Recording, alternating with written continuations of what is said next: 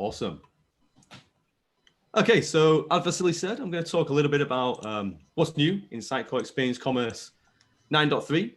This got released back in January, so a couple of months ago now, and heaps of new features in there. So just want to go through some of my favorites, really. Is my clicker going to work? There we go. So as Vasily said, my name's Rob Earlam. I've been working in a variety of different dev roles for about 15 years now. Currently working as part of Sitecore's technical marketing team, doing DevRel and Tech Evangelism type work. Been working with Sitecore itself since about 2006, so seen quite a few changes along the way. Going to touch on a couple of different topics today. So I want to hit a bit on performance, which was one of the major driving factors for the 9.3 release.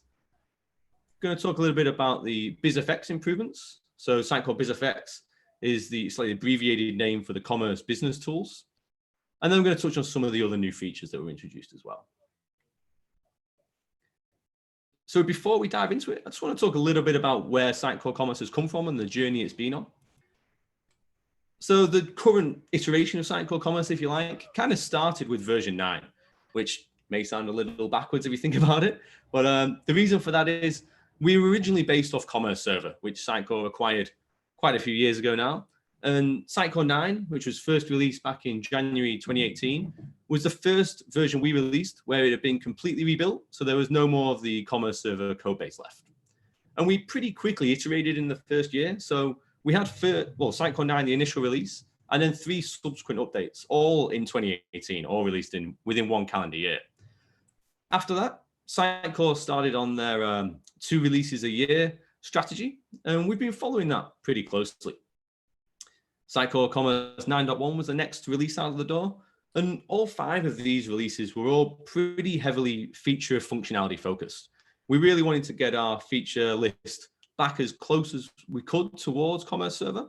We're mostly there now. There's still a couple of things we want to bring over. There's some things we decided we're not going to, but all 5 of these releases were basically focused on fleshing out the feature set. The next 2 releases we did were 9.2 and 9.3, and these were pretty squarely focused on performance. There were a couple of little features which came in as well, but most of that was focused purely on trying to drive as much throughput out of the system as we can. 9.3, which we released in January, was the last of these performance releases. So obviously we are going to do performance work in the future, but it's not going to be our sole focus. We're going to go back to a lot more feature function and again, fleshing out the functionality that you get out of the box with the system.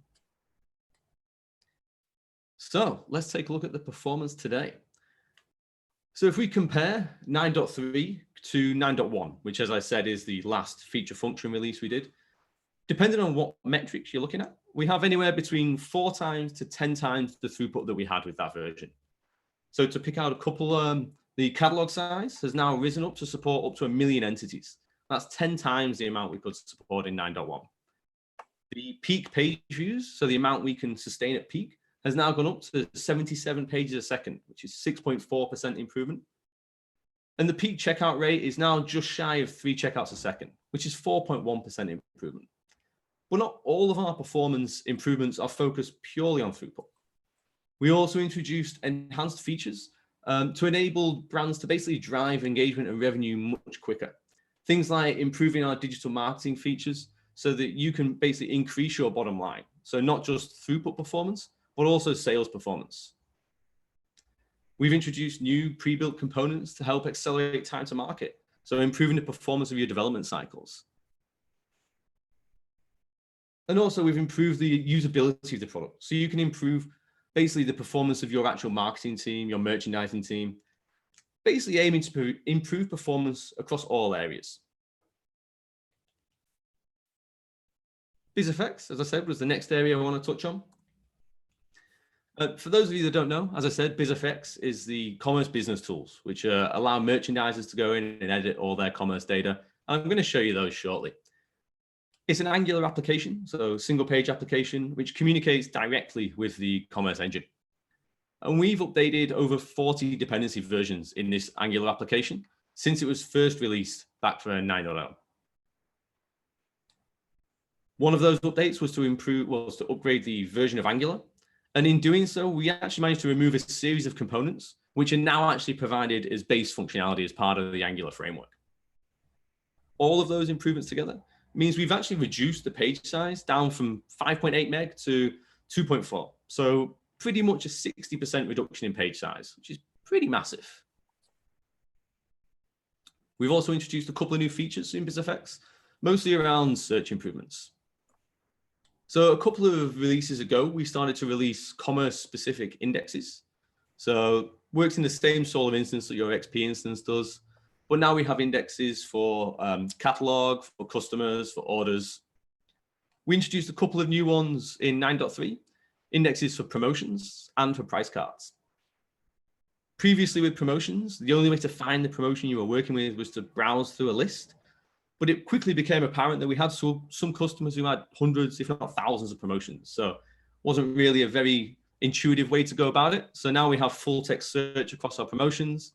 Same for the pricing functionality. Again, makes it much easier to find the data that you're going to be working with. We also introduced switch on rebuild functionality. So this is something that's been in the core product for a long time now.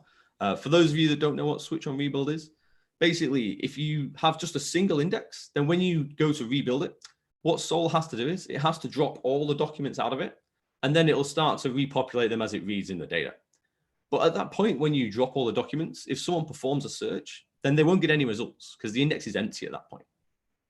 With switch on rebuild functionality, we maintain 2 entire copies of the index. So you have in a way, kind of like a hot and a cold index. So that means the hot one's serving all your requests. When you then go and request a rebuild, the cold index is the one that's actually dropped and rebuilt from scratch.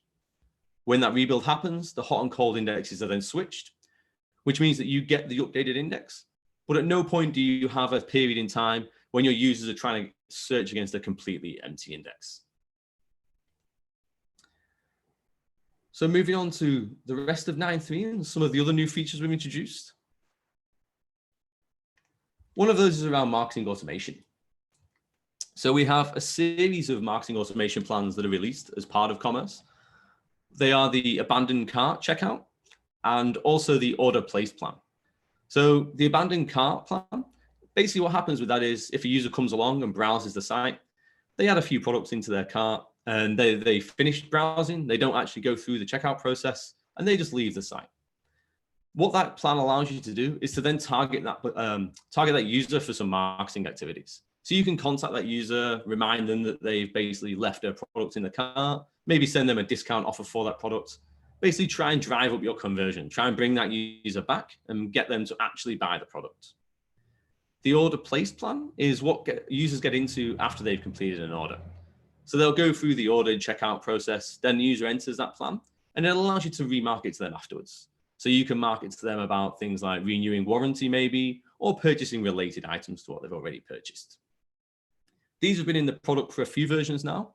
What we've changed with 9.3 is that now anonymous users can enter that plan as well. So it's not only registered users who are on the site, but also users who don't have an account set up, then they can enter this plan and you can target them in the same way as you would your registered ones. With the order place plan, we've also set it up now so that users can enter it multiple times. So if you have a user who's made multiple different purchases, multiple different complete separate orders, then they will be able to enter it and exist at different stages in the plan simultaneously. So you can target them based on each individual order.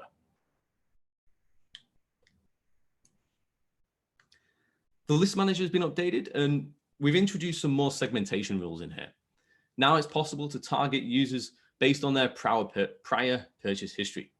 So you can go and segment entire user bases, entire lists, based on what products they've purchased historically. So if you know you've got a new product line coming out related to one of your existing products, you can go and pull a list of all the people who've purchased that product and go and target them directly, using this in things like EXM or any other area you like to. We've extended our promotions functionality. So what happens with promotions in Commerce is they go through a workflow, much the same that content does in Sitecore. So once a promotion's made it all the way through workflow and it's approved and live, then the content gets locked. And the idea is you don't want people changing live promotions because it could get a bit, you have no consistency around how they've been applied then. The one thing we did get asked a lot about this is the one change people want to make is to be able to adjust the end date. And it's a really common scenario when customers, merchandisers, they'll have a really popular promotion. So they maybe want to run it for an extra week, an extra month, and there's no way to do that in the prior versions. So as of 9.3, it's now possible to go and extend the promotion date. So you can change this to extend it out to basically have it run for a longer time frame. We've also added extensions into Email Experience Manager. So we have a series of features in here to allow you to now send product recommendations emails. So you can contact your user base recommending further purchases for them. And there's two different ways you can configure this. You can either have it configured to run on your purchase history. So it'll go to each user, evaluate what they've purchased previously, and then recommend further products based on that. Or you can go and have it based on a query of the commerce data that you configure yourself. That means that, say, for example, you have a stock line which has a really too high an inventory level. Excuse me. Then you can go and set a query to pull down the products you have with the highest inventory, because they're the ones you're going to want to try and shift first. So you can configure this any way you like, really. So let's jump over and take a look at some. Rob, we've got a quick question for you. Oh, yeah, go on. Yeah, your previous slide, you had spoke a little bit about the footprint with Angular. Does the use of Angular in BizFX impact JSS if used via other frameworks such as React or Vue? So it's completely separate. So the BizFX tools is its standalone application. It's only used by merchandisers, marketers, people editing the commerce data. So it's a completely separate application to your storefront. So yeah, you can write your storefront in any technology you like. It could be JSS, MVC, however you like. And yeah, the business tools themselves are unaffected. Great, thank you. Can you guys still see my screen, or has that stopped sharing? Yeah, stop sharing so Looks far. like it stopped, yeah. Let's try this again. And we're back.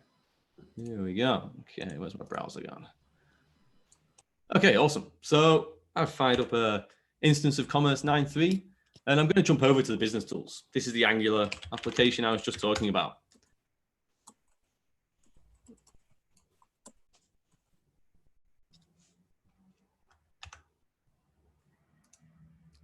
And hopefully the demo gods are smiling nicely.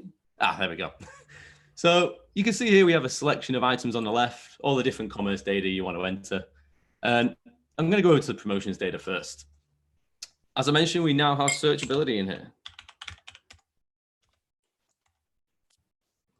So we can go in here and we can enter the search term we want to search for. I probably should have warmed up my search index first.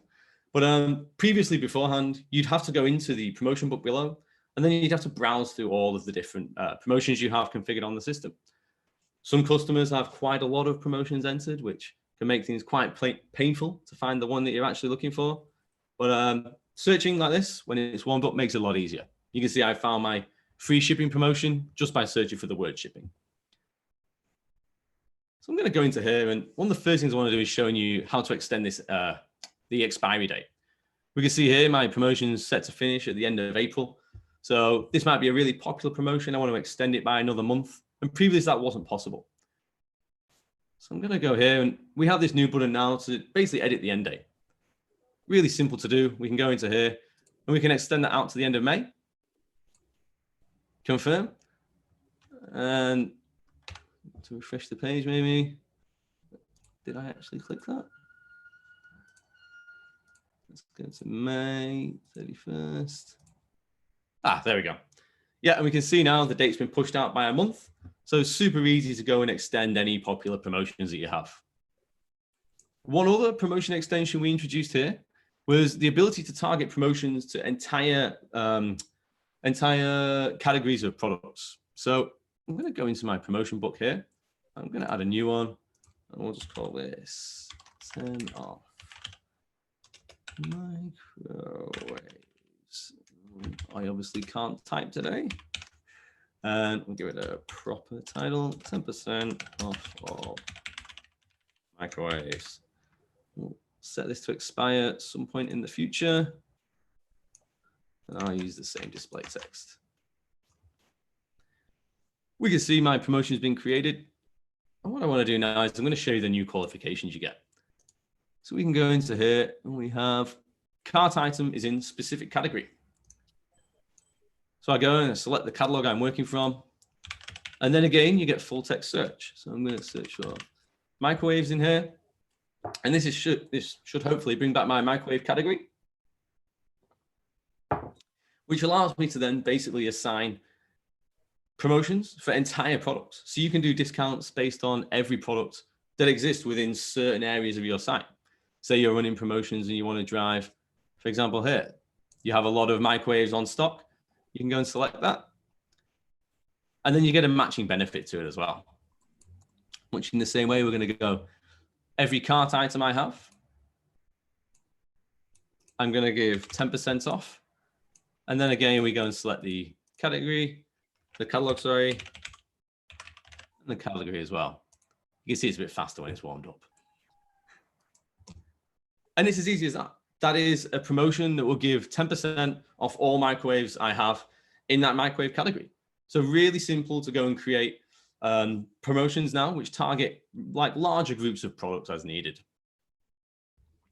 Okay, let's jump back to my slides. Right through these ones. So storefront was the next one I wanted to look at. So yeah, we have a few improvements around the storefront. Some of the key ones are around better alignment with SXA standard. On earlier versions, the product team had like recreated a lot of the standard SXA components to have a commerce flavor. And a lot of those were around the search results. And the problem we had there is that they had to recreate all of the related components as well. And you kind of lost a bit of the reusability story that you get with SXA. So with 9.3, we've pulled that back. We're now using a lot of the out-of-the-box SXA components. So our search results component is based off the out-of-the-box SXA search results component. And what that means is that you get the SXA search box. That just works natively out of the box now. All of the SXA faceting and faceting summary controls, all of those work natively with the new search component. So it's a much nicer way of basically tying commerce back into the platform. And this altogether gives you category searching, which is really nice. I'll show you in a second. So you can go into a category and search within specific products in there. The biggest improvement for me in 9.3 though is the introduction of Scriban. So this came in with SXA 9.3 and was introduced with SXA Storefront as well. For those of you who don't know, Scriban is a fast, lightweight scripting engine. And it basically enables merchandisers and marketers to be able to make changes, not just to the content that's output, but also to the actual structure of controls. And they can do all this directly from within the CMS. So they don't need to get developers to do anything. They don't need to compile DLLs, go through deployments, any of that. Basically gives you complete customizability of the storefront controls. So if I hop back over to my browser, let's take a look at some of these. So I'm going to load up SXA Storefront. This is the standard storefront that you get with Sitecore Commerce when you install it. We'll take a look at the search tools first. So this looks pretty much the same as it did in 9.2, but it's actually been changed under the hood. One thing you will notice that's different now is we have this search box at the top, which provides that in-category searching I was mentioned. So I'm in my appliances section here. It means that I can then search for refrigerators. And it'll give me a search for refrigerators within that category of products. All the faceting, all the things on the left here, all these are now standard SXA controls. Nothing's changed with these. They're just out of the box SXA. So we've got much nicer tie-ins. But what I really want to show you is Scriban because it's amazing. I love it. And I want to show you how basically, first one, I'm going to show you how you can customize this whole search results page. So I don't really like that in-stock notification bit here. It kind of hangs off, doesn't sit right with me. And this details button here kind of doesn't really have too much of a purpose. So I'm going to basically change this in-stock notification to live inside the details button. So that details button will be my in-stock notification and the link to jump in. So to do that, I'm going to go back into the CMS side and we're going to go into the content editor. If we browse into the site that I've created, we can go down to my presentation settings, down into rendering variants. And here's where we have my commerce search results. And we have this Scriban element, which is the next one in. And here we can see the template that's actually used to build out that control. Now, I could edit it in Sitecore, but it's not the most intuitive editor to use. So I'm going to hop over to VS Code. I'll paste the text in here, and it gives you much nicer syntax highlighting. I've already selected this as HTML type, so it makes it a much nicer editing experience. We can look through here and we can see the different elements that are included. So we've got things like the product photo being output here. Then we've got all the information below. So we have our title, the brand of the product. We've got some pricing data. Here's the stock status. So there's one of the things I wanted to change. And if we look further down, we can see my details link. These double parentheses items are basically placeholders. So these are what Scriban are going to replace dynamically on the fly with data. We have an XC translate, which is basically it's like a Sitecore extension method, which allows you to have a set of terms in content items in the tree. And that means that this details content item can be hosted multilingually in the tree. So then you get your multilingual transformation when you select the language. But I want to get rid of this. I don't want my details link. I want to use the stock notification stuff. That one's bound slightly differently. You can see it's done through this data bind method. There's no data output natively straight into that label element. It's handled via a JavaScript data bind. So I'm going to do this in the same way. So first of all, I'm going to get rid of that details text. I don't want that anymore. Then I'm going to take this stock label and I'm going to drop that directly onto my anchor. And then we can get rid of that old stock status label because that's no longer required. Okay, I'm pretty happy with that. So we'll take that, we'll copy it all, and we'll jump back to Sitecore. Paste in that update. We want to save, and then I'll publish that item.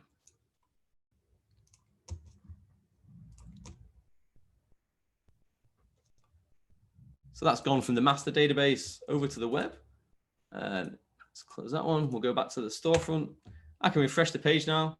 And there you go. You can see our in-stock notification has now appeared inside that details link. So as a merchandiser or a marketer, that really empowers me. I can go and I've got to learn a bit of Scriban. There's a little bit of knowledge I've got to pick it up, but it's pretty easy to learn. And as long as you know HTML, then I think it'd be pretty straightforward to get your head around. And once you've done that, you get really like full control over how all these components are output. But it's not just editing existing components. You can like create complete rendering variants. So I've loaded up the product detail page here, and it's okay. It's a little simple, but I want to get more of that basic product data out here. I know that these two pieces here, the display title and the description, they're output by a control called the product information control. But I want to get rid of that, and I'm going to create my own rendering variant, which gives me a lot more data from the product database. Let's hop back to the CMS again. Now we have rendering variants available for that under the page content rendering. And I'm just going to create a new rendering variant. And we'll call it product information Scriban. Okay. And then I'm just going to insert a Scriban node underneath it. And for now, we'll just output some temporary text. This is Scriban. I've got to close the P tag and close it properly. So we'll save that. And I'll just publish this now. So that's done. I've got my sub items. Okay. So that product detail page is part of a partial design. So I need to go and edit that to change how those products get rendered. The partial designs are just up here, and it's the default main product page partial design. So we'll hop over to the experience editor and we'll take a look at this. So here's the existing control here, and it's an old product information control which comes with Commerce, but I'm going to get rid of that and I'm going to switch it out for my new one. And it's part of the page content control. So I'll drop this in. You've got to save it before you can change rendering variants. Click it. And here we have product information Scriban. This is Scriban. Okay. We can save that.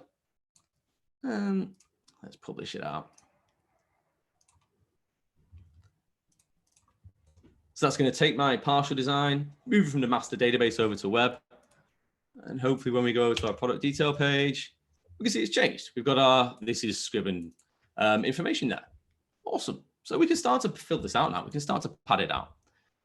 Let's go back to my Scriban element I created under page content. So what I want to do is I want to enter some more HTML, some more Scriban replacements into here to basically fill out the data that's going to be displayed. Again, I don't really want to do this in the CMS. It's not the best tool for editing HTML. So let's get rid of all of this and we'll go back to VS Code. So this is what I'm going to paste in there. It's a series of divs, H1s, labels, spans, standard HTML elements, and we've got a few different Scriban replacements in. We're going to start off by outputting the product name, which comes from the display name field. Next, we're going to output the item number. So the item number populated on the database, the SKU number it's commonly known as, and the description. That was something that was output before, but we've added a few more fields in. I want to output the data from the features field. I want to output the brand of the product, and I want to output the color. And we're going to go with labels for each of these. Again, we've got these items in there, which are going to be translated by Sitecore. And then we've got the item color. And this is going to pull in basically any data from the Solar index for the item we're populating. So any field in there you can use within here. It's really nice.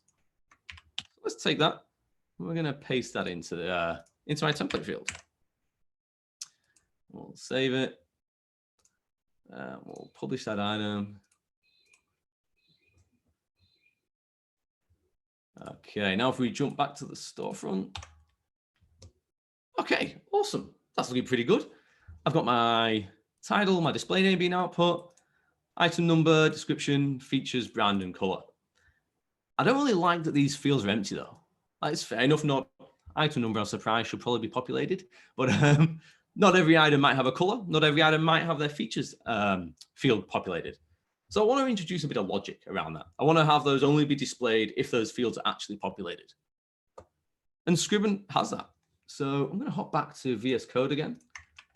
We're going to change this slightly. I'm not going to add any logic for the display name. I'm fairly confident every product's going to have its name populated. That's pretty standard data. But I'm going to assume that everything else is nullable.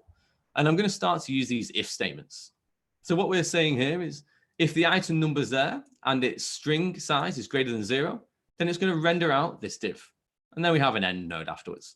And it's the same for all the others. We're doing the same for description, features, brand, and color. So we can copy that. Let's dive back into the CMS again. Update our template definition. We'll save it. And we'll publish this item. Okay, let's try our storefront again. And there we go. The fields that are populated, sorry, the fields which weren't populated have disappeared. We still have our display name, our description, and our brand. But things like color, item number, and features, that was the other one, they're no longer displayed. They're actually now hidden. But if I go back to the experience editor and refresh, we're not getting any data here. Is it going to let me? I don't think I can actually choose it. There we go. We can see its output, but nothing's populated. And the reason for that is if I hop back to VS Code, these fields aren't populated when I'm in Experience Editor mode. There is no item being rendered. So there's no display name, there's no description, no features. So all those items are just empty when they're being output. So what I want to do is I want to introduce some support for the Experience Editor. So our merchandisers and marketers, when they're working with the page, can get a rough idea of how that layout is going to look. So I'm going to do a final edit for this. And if we look at this bottom section, this is what we had before. There's no change here. This is still the same items being output, which obviously won't be displayed in the Experience Editor mode, but will be working fine in the storefront. What I'm going to add in is this section above. And we're going to start off by using another of the Sitecore extension methods, and that's to check the page mode. So anyone who's created custom MVC controls in Sitecore before will be very familiar with this. It gives you a way of displaying different content depending on the rendering mode for the rendering. And in this case, we're basically going to have the same HTML output, just with some lorem ipsum text. So let's copy that and we'll hop back over to the CMS once more. We'll save that and publish a final time.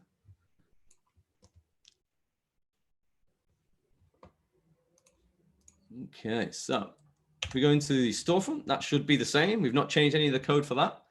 But I can hop back to the Experience Editor, refresh that partial design, and you can see now we get temporary text output. So we've got some nice lorem ipsum text showing our merchandisers and marketers how this is going to look on the storefront when they actually use it. So you can see basically just by going through the CMS, I have pretty much complete control of my storefront. I can add controls, remove controls, and just completely not only customize existing ones, but create brand new ones on the fly. So really does empower the users of Sitecore to get the most out of their storefront. So we hop back to my slides. I think that was kind of the end of my demo. Do we have any more questions that have come through, guys? Yeah, Rob, I've got a question. So with the introduction of Scriban, have you or your team noticed any performance improvement over maybe in velocity or some other methods that the team might have used to achieve the same outcome, but without Scriban? I think it depends on how you want to look at it. So Scriban from a developer point of view, like, I mean, you saw how quick it was for me to create the different rendering view there. If I compared to how I do it, creating a controller rendering, you'd have to create your Razor file, you'd have to create your controller, your C# file, you have to compile it, deploy it. It's a much faster process for that. It depends. Some people prefer the controller rendering view because then you're going through source control, you have history of it. I guess it's a personal preference around that side of things. I like the Scriban approach because of the speed. I like how fast it is to enable, as I say, your merchandisers, marketers to make the changes themselves. From a performance perspective, I'm not sure how it affects throughput. I imagine it'd probably be affected by your output caching settings as well and how those are all configured. But yeah, that's something I'd have to look into a little more, I think. You'd mentioned about source control. If I understand correctly, with SXA, you're now able to sync the Scriban templates from disk into Sitecore, similar to you would do with the themes, for example. Yeah. And I imagine that would still apply in this case. Yes, you can. But I suppose then you'd have to make sure your security settings are correct and that you don't have people tinkering too much in production. Right. Yeah, makes sense. We got a Rob question from one of the viewers. Is Scriban templating only available on SXA components? So it's part of SXA. That's where it comes from. I suppose, are you asking if you could use it in standard MVC? Is that the question? I think so. Let's say, yeah. Does it come out of the box with Sitecore? Do we need to have SXA to take advantage of that? Oh, yes. You would have to have SXA installed for sure. But once you have SXA installed, all the Scriban APIs, DLLs, they're all available. So if you wanted to make use of it in your own MVC controls, I imagine you could do. It's not something I've looked into. I'm not sure the use case for that, but it sounds feasible. I think if you probably phrased it in a way that if you want all of the utilities that come with SXA 9.3 and with the storefront, you would want to have SXA because there's so much investment that has taken place with Scriban. But if you were just building your own website, whether it be a Sitecore or non-Sitecore website, Scriban is openly available. It's open source. You can go to, I think there's a GitHub page that you can follow. Yep. Adam from the SXA team, he built a Scriban extension for VS Code to help with code formatting and some other capabilities. So I would say in general, as a web developer writing in C#, it's something worth exploring because there's probably other templating engines you've explored. This is probably one that would be more in your wheelhouse. And now having it as part of SXA seems like a big win, especially over in velocity. Yeah. Rob, what do you think are the good use cases for using Scriban? And so where does Scriban come in and become most helpful? And where should developers and really anyone involved in Sitecore Tech be cautious about using Scriban? I think the cautious side, as I mentioned before, would be making sure your security settings are correct. Like it's the age-old phrase of, with great power comes great responsibility, to quote Spider-Man. So yeah, you want to make sure that only the right people in production have access to edit those scripts. But one of the real good use cases I see having benefit is around short-lived pages. So if you have campaign pages and things like that that you want to stand up that'll only maybe live for a week, a month around specific campaigns that you're running. It really gives the merchandisers and marketers the ability to go and create custom dynamic views, completely customized functionality, what data is available, how it all hangs together. Again, without having to get developers involved. So like it must vastly increase time to market, I think, for anything like that. That makes sense. What would you say the best way or the most effective and efficient way to ramp up on Scriban? So as Michael said, there's the GitHub repository where you can get Scriban. There's heaps of documentation from there. That's how I learned it. That's still my go-to reference today when I'm trying to figure out what logic's available in there, what the extension methods are that are available. We also have a documentation page on the Sitecore doc site, which explains all of the Sitecore extensions. So things like how you access the page mode, how you do the translation of elements and things like that. There's a few others which I can't remember off the top of my head now, but they're probably your two best locations to get up to speed, get off and running with it. Okay. Makes sense. There's some rumor going around about the next Sitecore Commerce release. Is there anything you can share with us that we can look forward to in the next Sitecore version?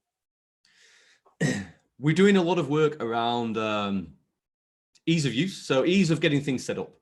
So again, Sitecore Commerce has been on a journey. The SIF scripts we had at the start were a little rough, let's say. They've definitely got a lot better with each version. You can expect some leap and bounds improvements in how we distribute commerce and how you get commerce up and running for the next version. I probably can't go into too much more detail than that without getting into trouble, but yeah, I think hopefully people should be very happy with it. Excellent. That's a good piece of news. I was excited about that. In fact, you just answered my other question. So thank you. Well, let's see. It looks like we don't have any other questions here. Rob, thank you very much. This was very informative. Awesome. Thanks for having me.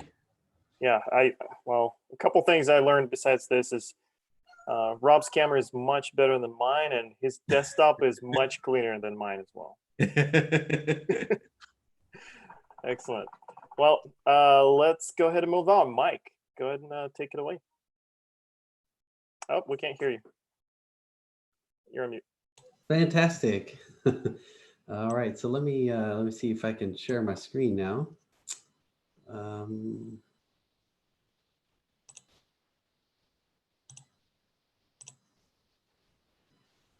right.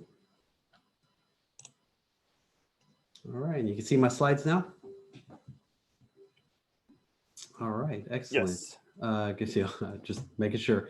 I presented before and everything was wrong. Microphone, screen share.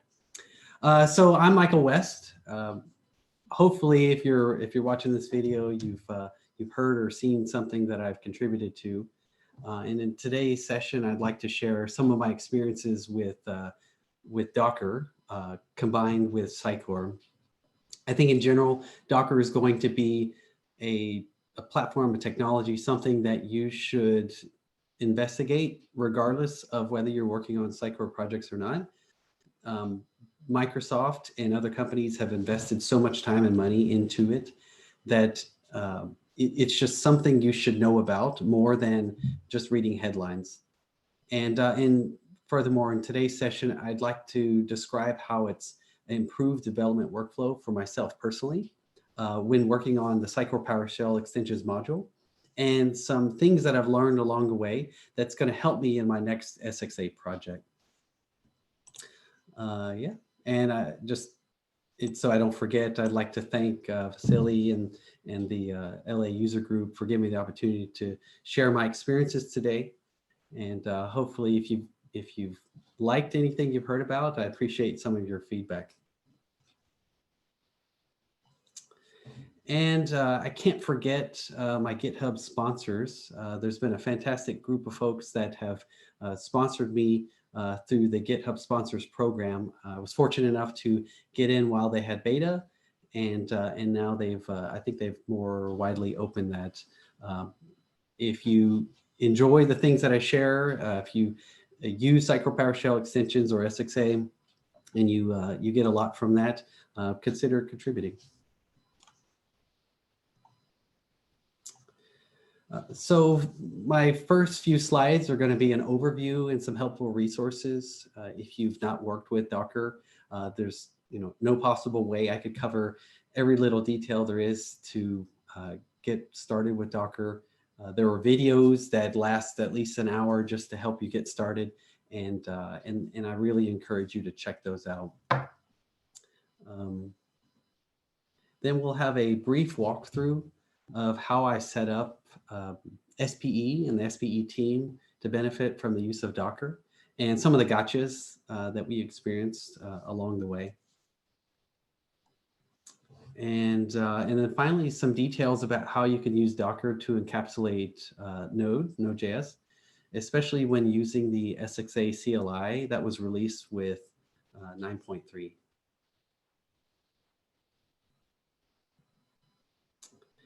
And here's a satisfaction chart detailing some important facts, because I felt like every presentation needed some charts, and so do with that with you will. All right, so let's get into the overview. There's, like I said, there's far too much information for me to share in this presentation, so I'll just show some blog posts that will help you get going. Rob, who has also presented before, and if you're watching the pre-recorded video, you should rewind and go watch his as well. In March, he released a video through the Sitecore YouTube channel, an introduction to working with Docker. Covered some of the things like what does Docker solve, some comparisons with VMs and containers, which is probably one of the top questions that you'll hear is, well, how is that different than a VM? And there's some important distinctions between that. And then, of course, an architectural overview. I did snag a few screenshots from his presentation, and I was sure to ask his permission before I put them in my slides. But there's some really great graphics in the video. And then he had a follow-up video. I think that was maybe about 2 weeks ago from this recording. It was a how to set up a private image repository, because when you're working with Docker, images are built locally, and then what do you do with them after that? How do you share them with your team? And so there's a build process walkthrough, and then a process of pushing those to a repository. And so I'm just going to give a sneak preview of that presentation. And the following links are how you can get to that video. And Vasily, after the presentation, I'm happy to share the slide deck with you. Thank you. So real briefly, difference between virtual machines and containers. There are some major similarities. One, you're running on your host machine, so it could be your laptop or some server in a data center. And then there's going to be an operating system running on that host machine. And then there are different technologies used to support the virtualization. And then that's where things really start to get different. When you're working with virtual machines, you have essentially a completely running system. So you could imagine your entire laptop running virtually on top of some other server. And there's all sorts of stuff that comes with that, a lot of baggage. And with Docker, that really, the fat gets cut off, and it really simplifies this whole process. And I'll cover in more detail about some things I learned along the way by working with Docker that I found more challenging when trying to accomplish through a virtual machine. So when you're building images, images would be a terminology used in Docker containers. And when you're building these images, you start off with some very common base. In this particular case, in the diagram, you can see that ASP.NET 4.8 installed on a Windows Server core, running a version of Windows that's the long-term support edition, which might be otherwise seen as 1809. And when you're building these images, there's so many combinations. And a beautiful thing about Sitecore is that there's so many architectural setups that you can accomplish with the platform. But for someone who's new or someone who's just getting started on that particular version, maybe you're going from 8 to 9 and you just don't know where to start, I find that the Docker Images repository is a great way to learn how to build these different combinations and to also understand what goes into setting up a particular server. It's not everything, but it's some details about, you know, what packages do you install. And just to kind of solidify the point, when you're building these Docker images, you can build in groups to narrow down exactly what you need.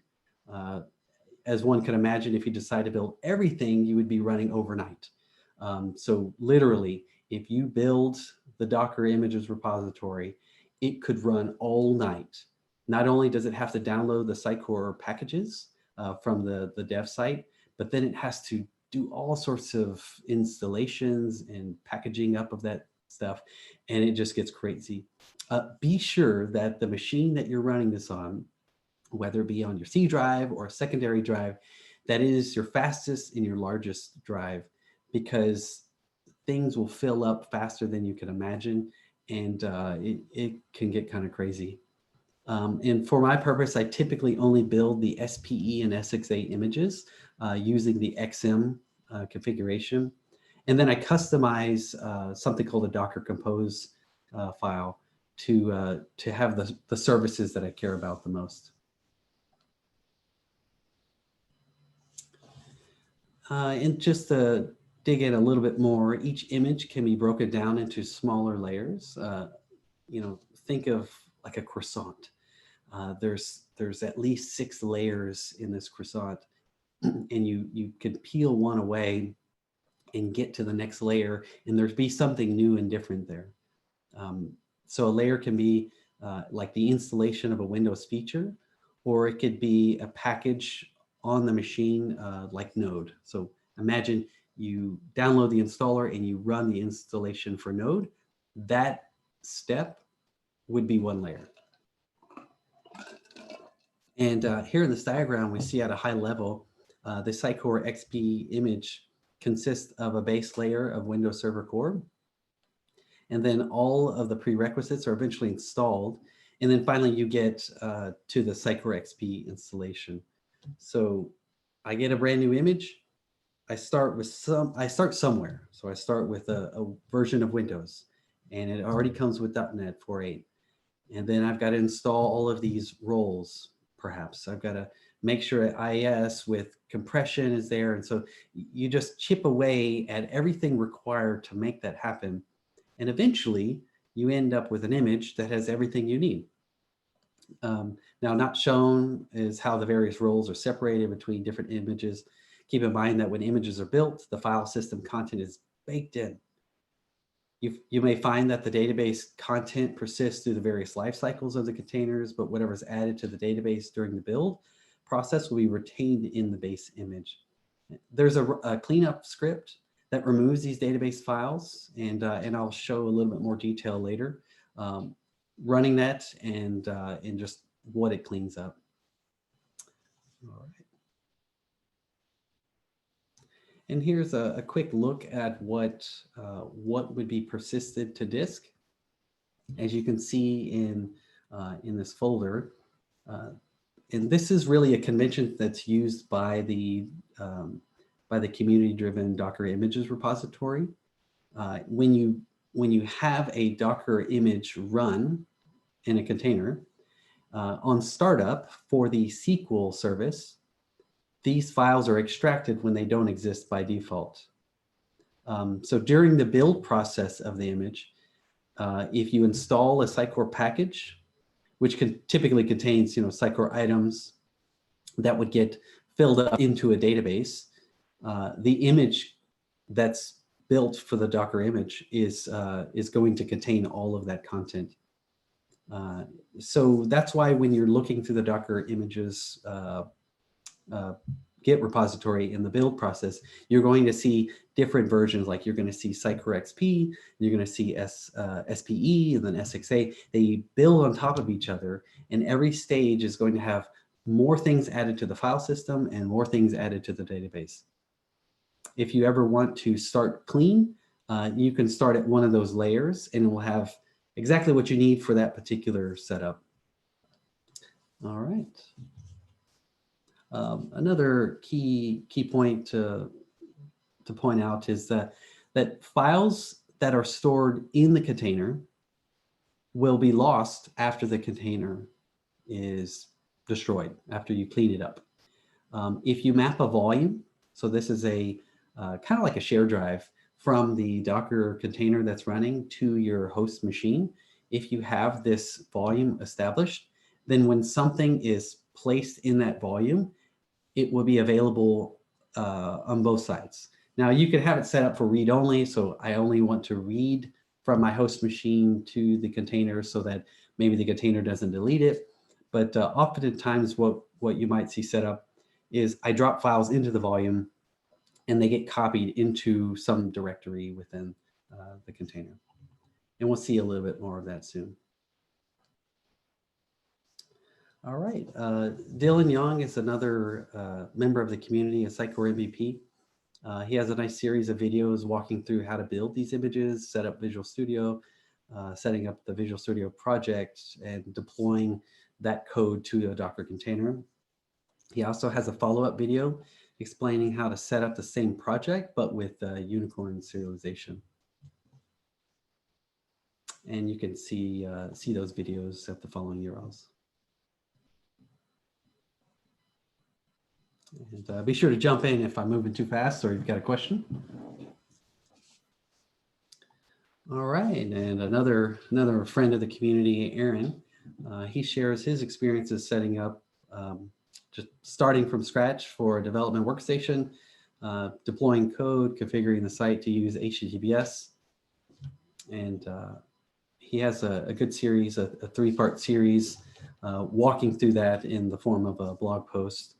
So if you really like to read that and ingest it that way, then blog posts are going to be great. And as you can see, I've got a couple examples of that. If you prefer to just watch some videos, then those are available too.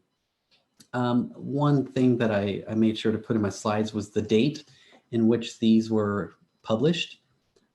If you go back a couple months, maybe January, February, early February, late January, you might see other blog posts. The Docker images repository, which is, as I mentioned, is on GitHub, that has gone through several cycles. It's evolved, and any given week, something can be changed, and it makes parts of these blog posts and videos inaccurate. So I encourage you to use these resources to help walk you through, but the latest and greatest instructions are going to be available in the image build process of the README. One that just was recently published, probably in the last couple of days from this recording, was how to debug your Docker containers. It's one thing to have a website up and running, but if you don't know how to peek in and make changes and set breakpoints, it becomes really challenging. It's like trying to debug in production. You've got to jump through some hoops and do things that you regret later. And so in Cam's post, he covers the various scenarios in which one might try to debug a solution. Very briefly, if you have Visual Studio 2019, I think the version is 16.5 or later, you're able to debug Windows containers and attach to the worker process without much setup.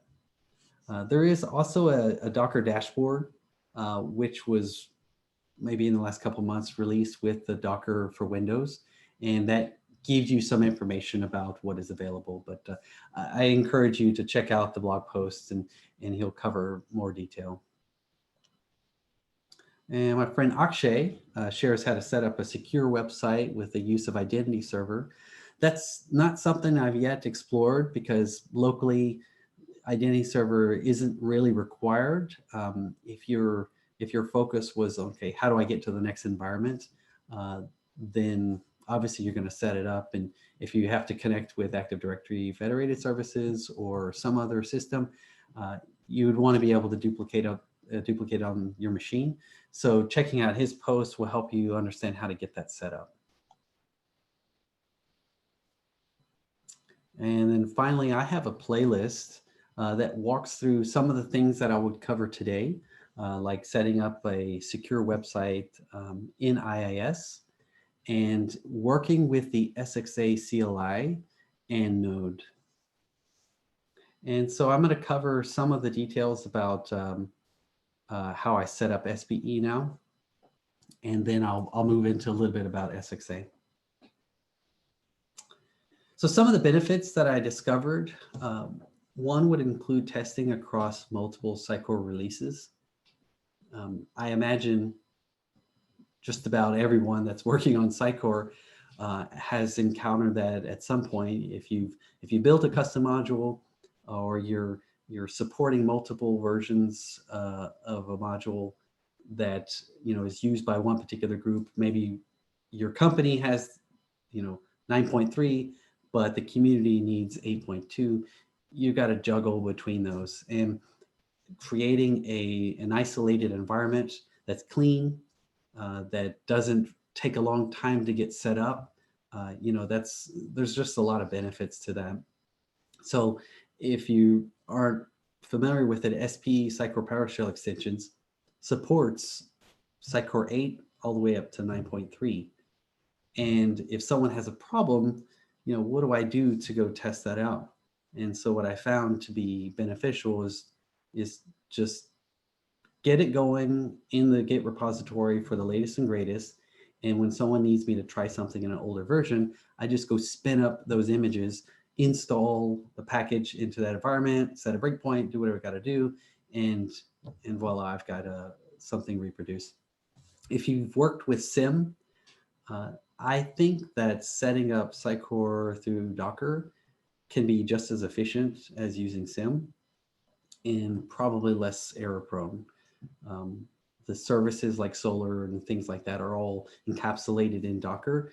And so if I needed to set up Solar 8 and then Solar 7 and Solar 6, there's just a lot of challenges with getting all of that working on the same machine. And of course, simplified and consistent setup for contributors. I've got friends all over the world that are working on SPE, and if they need to get their workstation set up, it might be challenging to coordinate our schedules. And the steps to get set up have reduced so much that it can fit, just in a few lines of a README. Whereas before, we needed an entire page of instructions on how to, like, where do you put the DLLs and what the build process is. It just was a mess. And just imagine taking those learnings and doing that at work. Imagine how much frustration you would avoid if you have a much more consistent process. This is actually happening right now. We have several colleagues who don't know Sitecore at work, and they have been trying to set up Sitecore 8.2 using the installer. And while that isn't the difficult part, to make sure that their system is exactly like my workstation is taking weeks, because along the way there's a config isn't there. Maybe someone manually edited a patch file, and you're just so frustrated. And so I'm able to now, I'm able to build an image, give that to them through a local container registry, and then they have exactly what I have. And the build process is simple. You just compile, and it deploys into a folder, and you're done. And so we're really beginning to see the benefits of that, because we've already wasted so much time on the older version, but moving to a newer version is becoming so much more beautiful. And I mentioned before, reproducing bugs is just a lot less time consuming. Restoring the file system, it's super simple. You just run a script, it deletes the files, and you have started over. And I'll show you that in my demo. of course, not everything is wonderful. There's some frustrations that, you'll encounter along the way. Early debugging was real sketchy. Trying to get the remote debugger to work properly, real sketchy, frustrating. As I mentioned, they've made some improvements with the Visual Studio integration. So you're able to attach to a process with a lot less work. But if you were like working on this in December of 2019, you might have been, shaking your keyboard, trying to figure out how to get things to work reliably. And I could imagine by the end of the year, it's going to be a much different world with .NET development and through Docker. Deleting files in a volume can be tricky.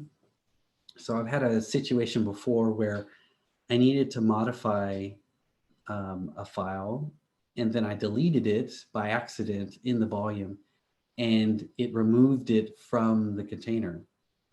And it was actually a Sitecore file that just broke the whole installation.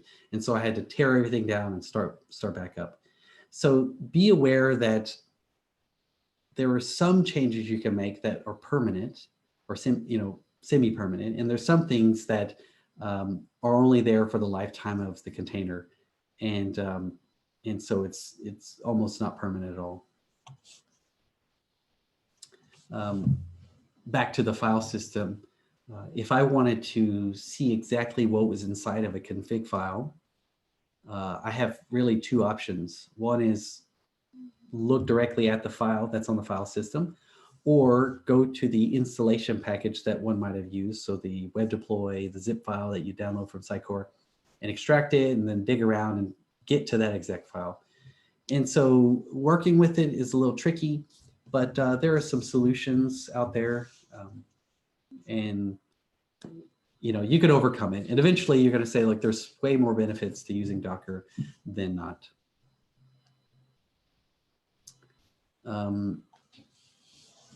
The next area that was really important to me was containerizing the SXA theme.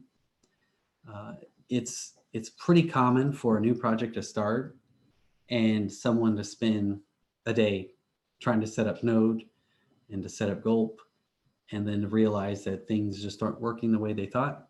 So for example, if you are wanting to, if you're wanting to use Sitecore 9.3 in the SXA CLI, so specifically using the SXA CLI, that has a dependency on Gulp 3.x. I think maybe it's 3.9. Well, Gulp 3.9 only works on Node 11, which the latest might be 11.15. So you're tied to that. Well, if there's a security issue that comes up, well, what do? You already have it installed on your machine, and you're asking to install it in 5 other people's machines. It can get out of control. Maybe you decide that you want to use all newer versions. So you want to use Node 13 and Gulp 4 or 5, whatever's out. Then you lose the benefit of working with the SXA CLI. So what I was able to do is put all of that into a Docker container, and then I can hand the container off virtually to another person, and they're able to work with it without having it directly on their machine. So at the end of the day, all they have on their machine is Docker and the files that are written to disk for the theme. And that same directory has the theme files is what you're checking into source control. So it's just a much smoother transition. Imagine being the agency and trying to hand this off to a client who knows nothing about Node and nothing about Gulp, or perhaps they have certain restrictions on their environment where it's difficult to install products, and pretty sure if they're a healthcare company or someone who has a government contract, installing out-of-date software is going to be a headache. So Node is a good way to encapsulate that and reduce that risk. And I just ask you, don't try to waste your time installing Node 12 and Gulp 4. when working with the SXA CLI. You're better off just requesting that they update it for the next version, or just don't use the CLI and then use whatever tooling that you want to use. The CLI has some benefits, but you aren't tied to the CLI to work with SXA themes. It's really just as SXA is an accelerator, the CLI for SXA is an accelerator to get the theme built.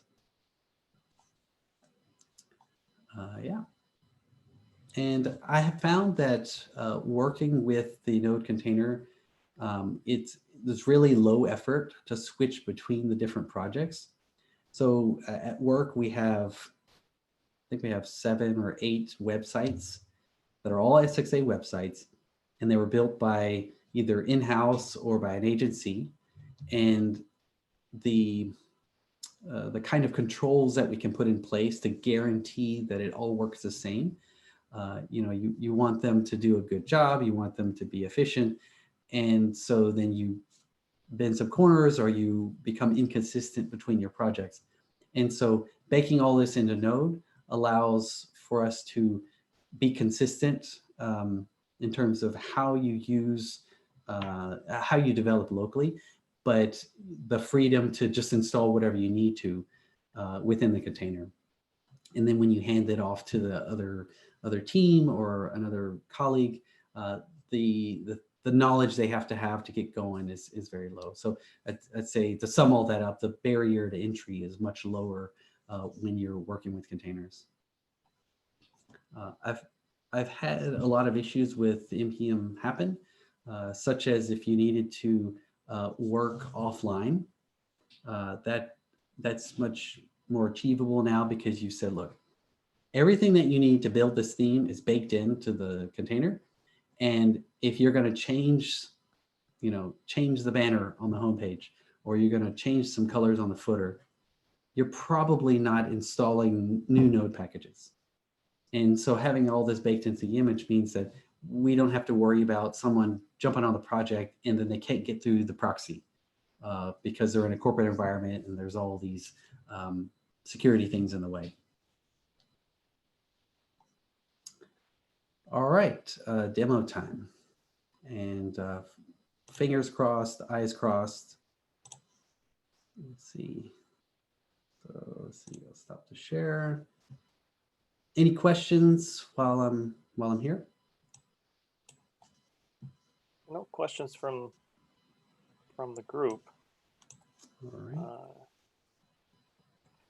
Have you tried playing around with Docker Swarm yet? No, I haven't. So in my particular scenario, we are at work, at least, we're in a situation where we don't have the infrastructure to do everything that I want to do. We've got some teams exploring Kubernetes. Hopefully they explore Docker Swarm. And my focus has really been on the development, the developer workflow on their workstation and across the team. There are other groups who say, look, we got to take Docker all the way to production, but it's not practical in every organization. And I'd hate to, I guess the expression is throw the baby out with the bathwater. Docker is a fantastic technology, product. I guess containers would be the technology and Docker would be the product. It's really good. It brings a lot of value to an organization. And I've had routine meetings with the security team at my company, and they are seeing the value in it, and they are learning along the way. And I'd hate to say, hey, we want to introduce all this other stuff and then never get to the efficiencies you get with the developer. But I think eventually we're going to get to it. There are a lot of contributors to the Docker images repository who are using containers in production. And I'd love to hear more about their experiences on one of these meetups because I'd like to know from a Sitecore perspective what to look forward to and what to be excited about. Sounds good. All right. So let's see. I've got I've got my SPE directory up in here. So if you spend any time with SPE, at least looking at the GitHub repository, and let me just quickly show you that. So what I've done is I've just restructured the way things are committed into source control. And so I'll show you through the lens of the VS Code. So there are a couple different areas that I had to move around. For example, I moved all of the project code into a source directory. That was really just a general good cleanup to have. But only the most important folders I'm moving to the root directory. And in this example, the solution file's in the root directory, but the source code is all underneath the source directory. And then I've created a deploy directory, and you can follow whatever method you want to do this. So if you want to create a PowerShell script that does it, or you want to have a publish action inside of Visual Studio, do whatever it is that you want to do. But at the end of the day, when your code is compiled, it needs to go somewhere. And so I've chosen this deploy directory to be where that goes. And this will ultimately be a volume mapped into the Docker container. So we can see that here. Let me move this over. All right, so just to confirm, you can see my VS Code. So we've got this deploy directory.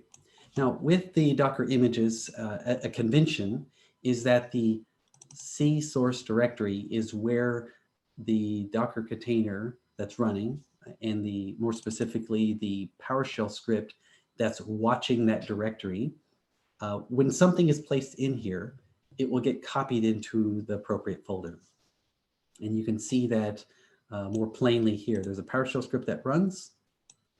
There is a path used. It's the C source directory, and that maps to the www root.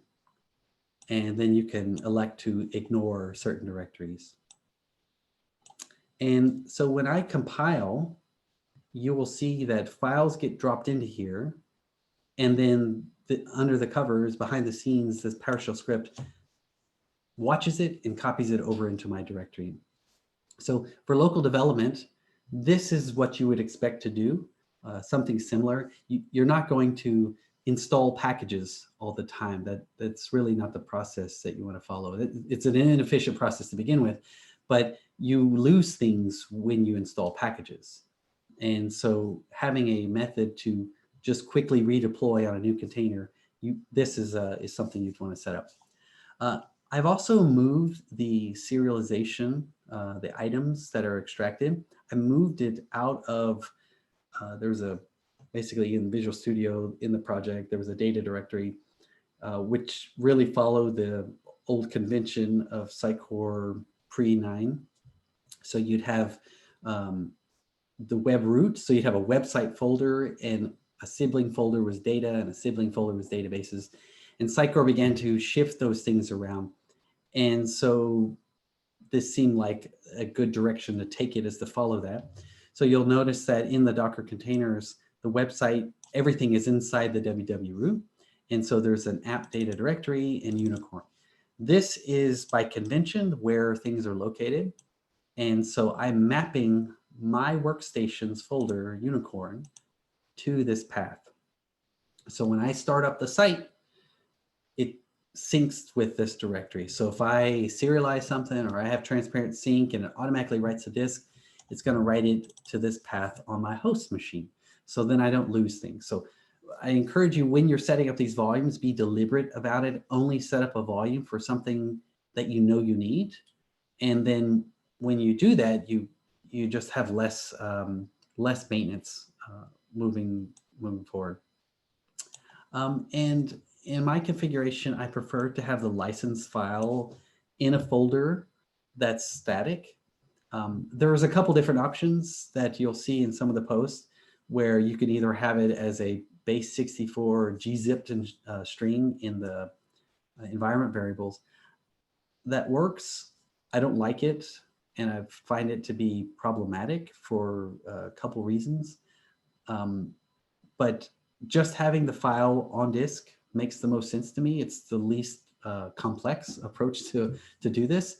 But also, if you are working on multiple clients and you have different license files, this becomes a much easier way to manage them, because you can just simply go into the directory and rename them, or maybe even just have different folders.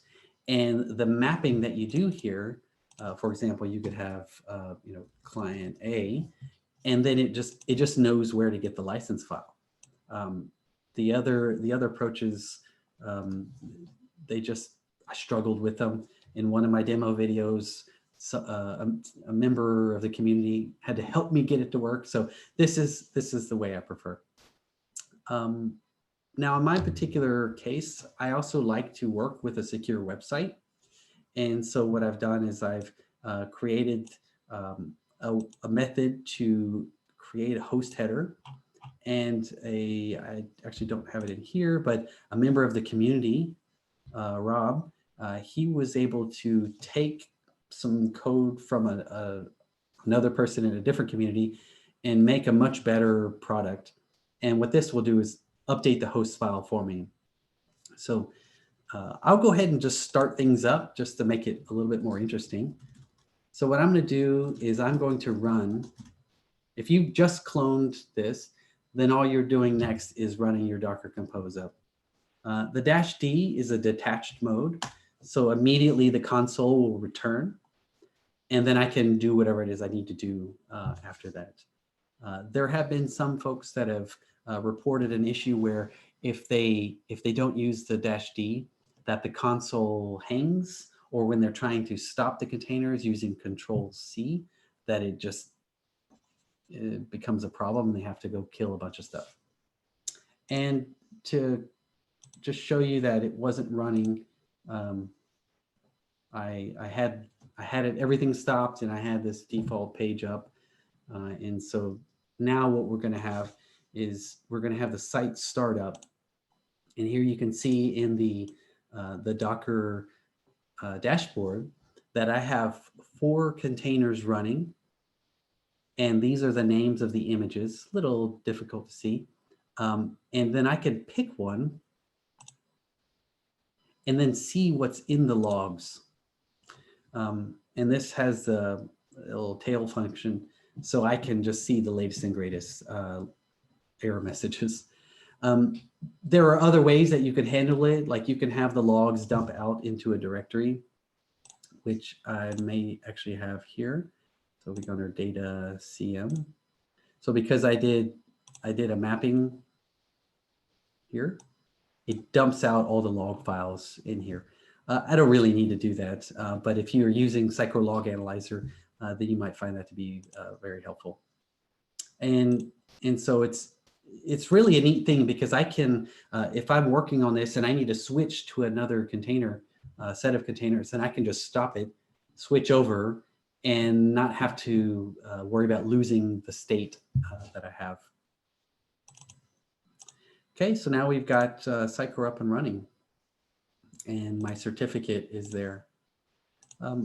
I've documented my approach, and sorry, out of habit, I opened Windows Explorer, but I've documented my approach on how I've set up the Docker container as a secure website. But the general idea is that there is a startup script, which I've established by patching the entry point. And this startup script contains the details about how to install a certificate, more specifically the PFX certificate, into IIS, add it into the appropriate stores. So here we're going to add it into the root directory. So it becomes a trusted certificate. So when I'm dealing with self-signed certificates, this is one simple approach that you could follow.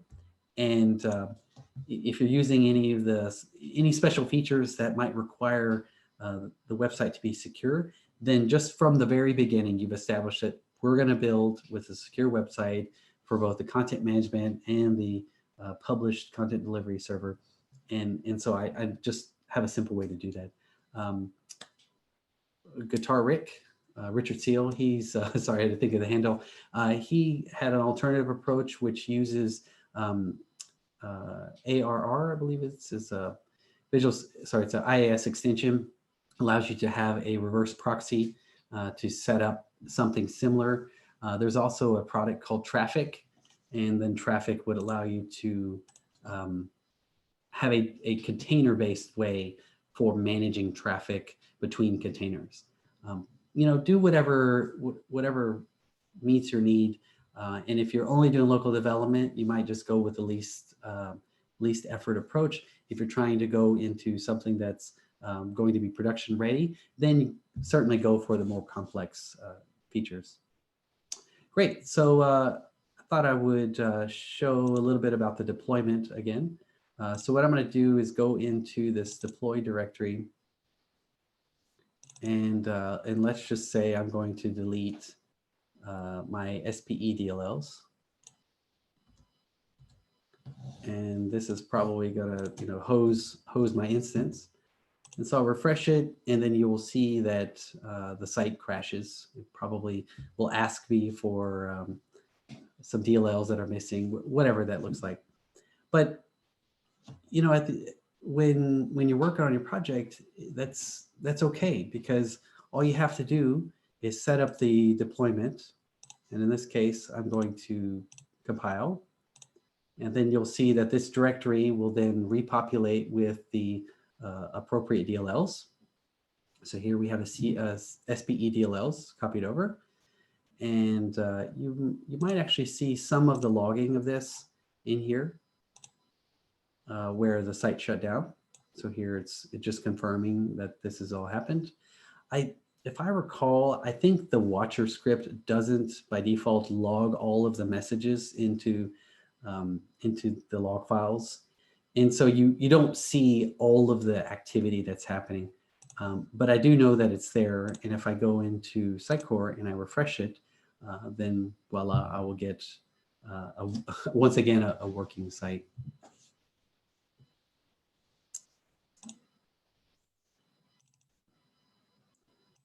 All right, so while that's reloading, walk through a little bit more. I mentioned a little bit about the Docker Compose and some patching. This is important because if you have a contributor who might not have a enterprise version or a professional version of Visual Studio, you might want to have different settings for their workstation. So in not the latest Visual Studio, but in maybe one earlier in the year, maybe January, you would certainly have needed this remote debugger. But on my machine, on my personal device, I have a community edition, but other contributors might be using professional. And so you can simply patch the Docker Compose file by creating an override file, and then it just replaces whatever's there. So you can either directly replace it, or you can add in. So these are just added into the list. In this example, this monitor service didn't exist at all in this file, and so then it becomes included. And there's probably a lot more features to take advantage of with the Docker Compose and the override, but I've not really had a need to do all of that. And so here we have finally the Sitecore instance up and running. Now, I'm going to shift over to working with SXA, and so you're welcome to ask me a question along the way, because as you can see, things kind of take a while to start up. Yeah, yeah, go ahead. Mike, there's one question about performance and hardware requirements. So how do you find, so if I'm understanding correctly, so the question is, what about hardware requirements to run all these Docker containers? Yep. Do you, I mean, I guess it's, you know, it could be a loaded question, you know, depending on the environment, but let's take a development environment, right? In this case, what's your experience in performance there? I think the consensus across the board is that using Docker is more performant than using a virtual machine on your workstation. So it takes less resources to run the containers. So for example, if I was going to create an XM configuration, I'm going to have a CM, maybe a CD. I'm certainly going to have a SQL, a Solar, and then whatever else I want to install. Am I going to want to have a VM for every single one of those? Well, that means that one VM might take 1 or 2 gigs of RAM and maybe 1 CPU. And then you just keep adding it up. And eventually you go, look, my laptop is too old to do that, right? So this laptop that I'm working on only has 16 gigs of RAM. And if I bought a new one, okay, maybe I get 32, but it just couldn't handle doing 4 or 5 VMs. And then maybe the drive space, I probably couldn't handle a lot of that either. And so with Docker, the system requirements shrink dramatically. A lot of that has to do with the parts that are shared with my host machine. So I mentioned earlier about version numbers between the Docker images. If I'm on Windows and the Windows 10 and the version that, I mean, there's a bunch of different version numbers you can look up, but the specific one is if I'm on 1809 or 1903 or 1909 and pretty soon 2004, if you're on one of those images, then you build Docker images that are compatible with that. So if I'm on 1909, I can build images that are compatible for 1809 or LTSC 2019, which is ran in most production data centers, right? So it's the long-term edition that people want. So the compatibility is there with Docker. The sharing of resources with your hosts is there. And I think a lot of folks that I've spoken with in the community have said that there's little or no difference in performance between having Sitecore installed directly on the workstation and having it run through Docker. So there's probably the only excuse you would have to not using Docker is that you're running Windows 10 Home Edition, or it's such an old device that you only have maybe 4 gigs of RAM, right? So pretty much anyone who has a modern laptop or desktop, maybe with 12 or more gigs of RAM, they should be fine. Ideally, you're going to have a solid state drive. My guess is if you're using Docker, the performance degradation you experience with drive speed is you probably experience less problems than if you were running multiple virtual machines. But that's my guess. I gave up a long time ago on running virtual machines just because they're such a headache. So we can't use that as an excuse to get a beefier machine right now, can we? Well, one thing to think about though is that if you do, I think Docker image listing, you'll see that every image does have a cost. And so you're going to see your drive shrink and shrink and shrink quickly. And if you're constantly building images, the temporary layers that are created during the build process, those consume space. And so if you only had a 256 gig drive and you need to go up, then that might be the doorway into getting a newer device. I think anyone who has a more than 3-year-old laptop, they really should be looking to expand that anyways, and going with the beefier device. And you're just going to see that regardless of what you're building. Yep. Excellent. Thank you. Any other questions that come through? Not yet, but I have some for the end. Okay, excellent. Okay, so to tear this down is as simple as Docker compose down. And so you'll see here in this dashboard that it will just vanish. And that's really a beautiful thing, because if I'm doubtful about whether I'm working with an instance that has all the right settings, it's the right state that I'm hoping for, this is a way to solve that problem. You can also, you can stop it from within the dashboard, and you can also just completely wipe it out from the dashboard. So containers are a running instance of an image, and you can create them and then nothing happens. You can start them, you can stop them, and then you can delete them. And when you're using Docker Compose, it's really a local orchestration of multiple containers. It's a way to say, look, I need all of this to run at the same time. So for example, if I'm going to have Sitecore running, SQL Server needs to be running first. Solar needs to be running second. And then the CM needs to start up. I mean, you'd experience this in a production environment. And so Docker Compose is a configuration file that allows you to say, look, this depends on something else. And these are the environment variable settings I want to establish, right? So there's just a lot of things that you can learn from this, but it is all a lot of simplicity you gain from working with it. Now, in the case of working with a node container, so this container specifically is not a Sitecore container per se. It is a container where Node was installed, and then I installed Gulp, and then I happened to install the SXA CLI. Just as we saw previously, I can start up this container. Now, what I've done is I've created a compose file that starts up my Node container, a SQL, a Solar, and a CM.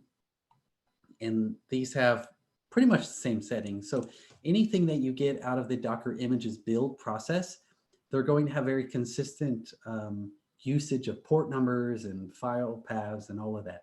So if you are diving in, think of the Docker images Git repository as an example, dare I say a starter kit for working with containers.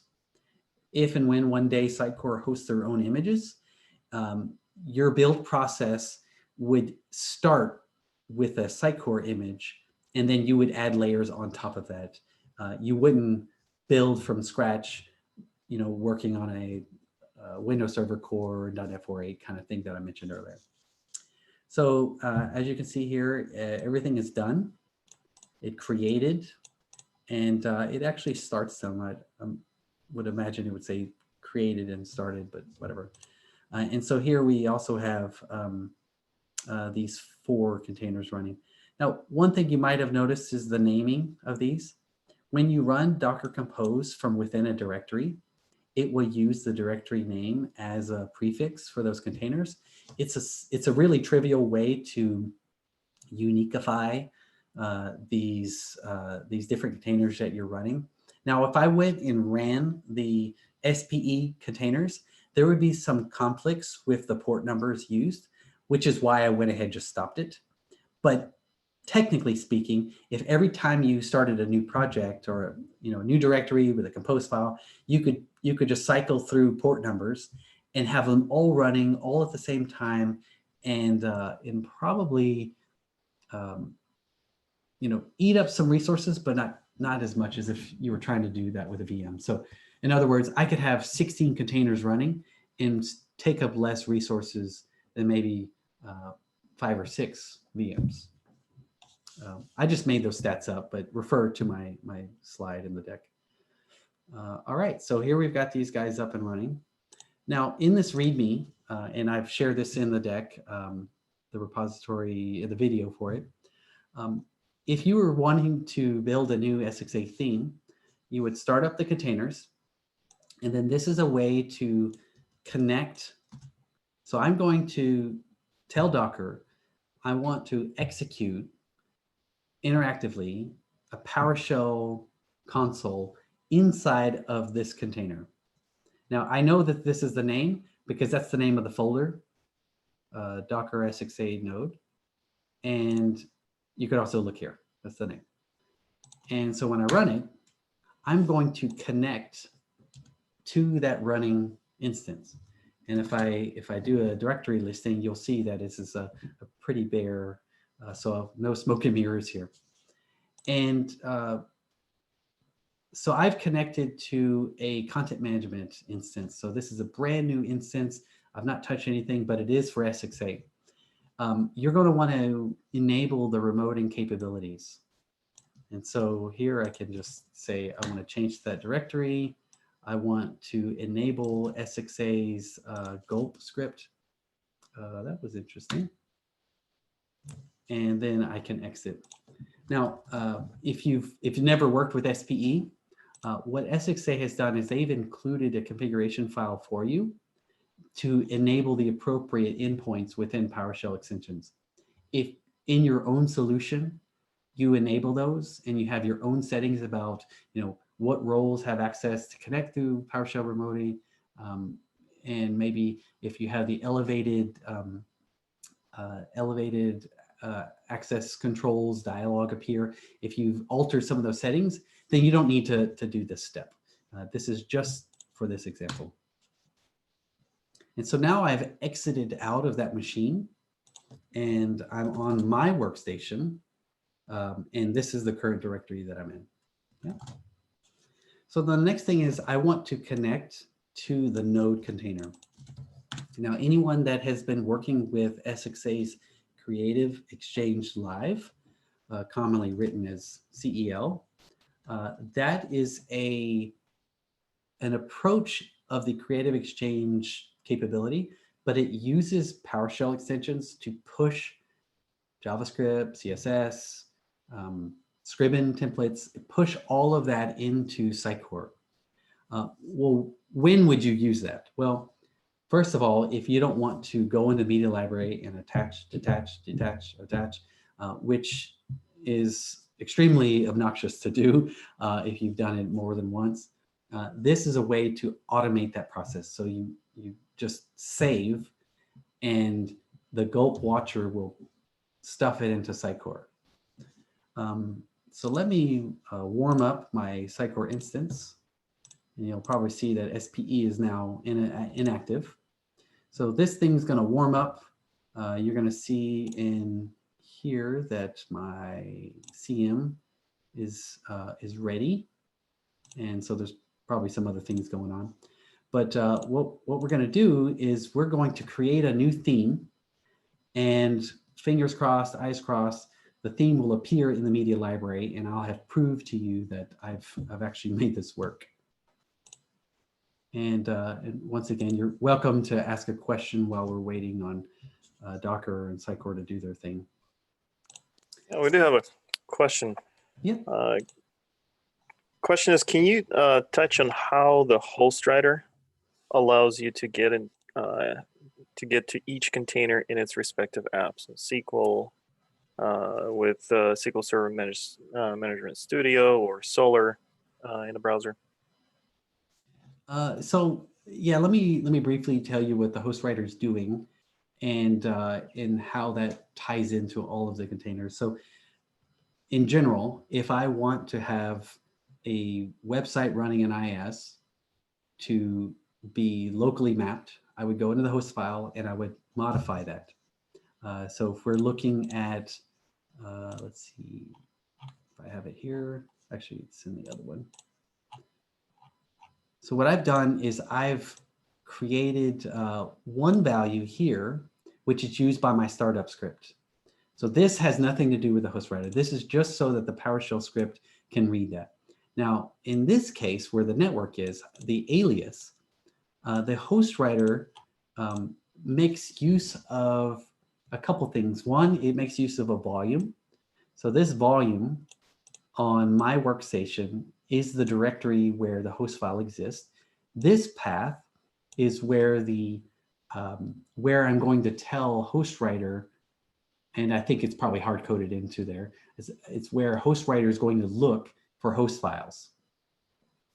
And because I don't have the RO, which might be seen here, I'm saying, look, I accept that this whatever is running can modify files on my drive, and so it's going to update the host file.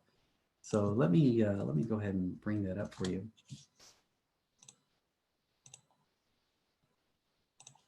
And let's see. Windows. system 32 drivers, etc. Okay, so here we have my host file. Now, when SPE ran, there would have been more entries here. And what HostWriter will do, and you can see it in some of my other videos, HostWriter will create entries here for me. And HostWriter is interacting with Docker through they've got some APIs. So essentially there's a Docker provided way to read information from Docker. And when HostWriter is running, it has access to that information. And working with Rob, we had come up with, I'm gonna take some credit, we've come up with the alias approach where it reads these aliases and it uses that to dump into the host file. It also is aware of the services that are running. And so it puts the host, it puts the instance name. So in this case, Solar, it puts that in the host file. It puts the alias there. It puts the Docker image, container ID, and maps it to whatever the IP address is. And so you could imagine that this process is very tedious. So here I've got, if I want to know the IP address of the CM, I have to come here. And okay, anyone that's going to complain, they're going to say, well, there's probably a better way to do it. But not everybody's going to know that. But they're going to come here and say, oh, well, here's the IP address. And so no one wants to start it up, run those commands, paste it in the host file. So the HostWriter is a tool to help facilitate this whole process. And so it's silly to not use it. Now, you might not use it in a higher environment because you have other tools in place to do that for you. But for local development, it's such a trivial thing to add. It's just as simple as adding the monitor and then adding these entries for the network. And now you've got those mapped. And I think you had another part to that facility, or did I answer everything? I think that covered it. Okay, excellent. Now in this particular demo, I just didn't use it, and which is why you see this. I probably should add it just so that I can be consistent across the board. So what we did here is I created a volume for my machine. And here we go. So there's a theme directory, and this will be there by default. If the folder is missing, Docker will complain about it. So make sure that your folders exist, which is why you see git keep. Make sure the folders exist before you start up the containers so the mapping works. So in this directory, relative path, the theme directory will map to the C drive theme folder. So if I run the directory, you can see that there's a theme folder here. And if I go to the theme directory, then you can see that I have theme, demo theme 1 and 4. Now, SXA CLI has some commands for you to run. So what I'm going to do is I'm going to, which I've already done, I've already gone into the theme directory. And then I'm going to just run a couple of these commands. So SXA register CM. I'm telling SXA that when it's pushing these media items, that this is the path that it should go to. And this is a path that is known by the containers. So every container is aware that this name exists. There's probably some other magic behind the scenes, and I could make up an answer on the video, but the simple fact is that CM is a known name because that's the name listed here, and it can reach it. Okay, so now I've registered that path.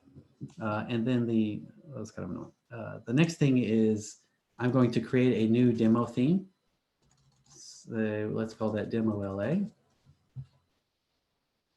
And now remember, the CLI was something Sitecore provided to help expedite your theme creation. That has been baked into this image. So when I went through the process of building it, which can be seen here, I told the container, I want you to contain this. Sounds recursive there. I told the container or the image build, you need to have this baked in. So that's why I haven't published this, because it technically contains something from Sitecore. So I'm not hosting this image on Docker Hub. Be careful when you're building your images, because we don't have the right to host Sitecore DLLs anywhere outside of our, our network. So trying to host it on Docker Hub or some other registry is really a bad idea. It needs to be a private registry, which, it could be an Azure private registry, but it needs to be something that's within your corporation, password protected, and yada, yada, yada. Okay, so I'm telling here, the theme's going to be created for that URL. Do I want to give it a different URL? No. What is the login password? Specify where you want that to go. So this step really has to do with where the themes are going to be dumped into the media library. So I wouldn't use the default path on a standard project, especially if you have Unicorn set up to serialize those items. So what we're going to do is we're going to we can just change the path. So if we go to the themes, you can see that I've already created them here. So for the moment, I'm going to leave them there, but you could create your own company folder and have it in whatever structure that you want. And so just to be conscious of the time, we've got a couple more minutes to go. I'm just going to run through this real quick and then see if there's any more questions. So set up theme config file. Now, I think this is the part where it starts to interact with Sitecore. And it can take a few moments. So here, these are the features that I want to be included. I just leave everything that's default, and now it's going to put everything into the appropriate directory. So here you can see that, that we're going to have an LA demo theme eventually appear, and once it's downloaded all of the parts that are required. Now, what I don't know is where this download is coming from. If it's external, then I have no way to cache that. Not that I'm aware of, but at least for the process that I'm going through, I don't need to install Gulp and install the CLI from scratch. Any questions for this part? Nothing from the group. All right, and let me just double check my slides. Yep, we were almost to the end. And so this takes a little bit of time. Now, if you've worked with previous versions of SXA, the base theme is baked into the module when it's installed. And what the CLI offers is a way to get that from NPM, or some other fashion. Maybe it's included with what comes down from the CLI, but it is a version that is not in the media library by default. It's something that's external that someone else can manage. They don't actually have to have Sitecore up and running to get a hold of those files. Whereas if you were using previous versions, you would have to come into Sitecore and extract all of these files and put them in a folder, and it just was a kind of a pain in the neck. Well, I hope that this would have been a little bit faster. This is great. I mean, this is Docker is. I mean, really, I've been working with Docker for for a long time. 5 years ago, I think I created some first solar images for Sitecore and Docker, and a session on that. So there's a lot of vision behind it, and I'm excited to see it finally getting there, being stable. Yeah, I'm excited to see where it's going too.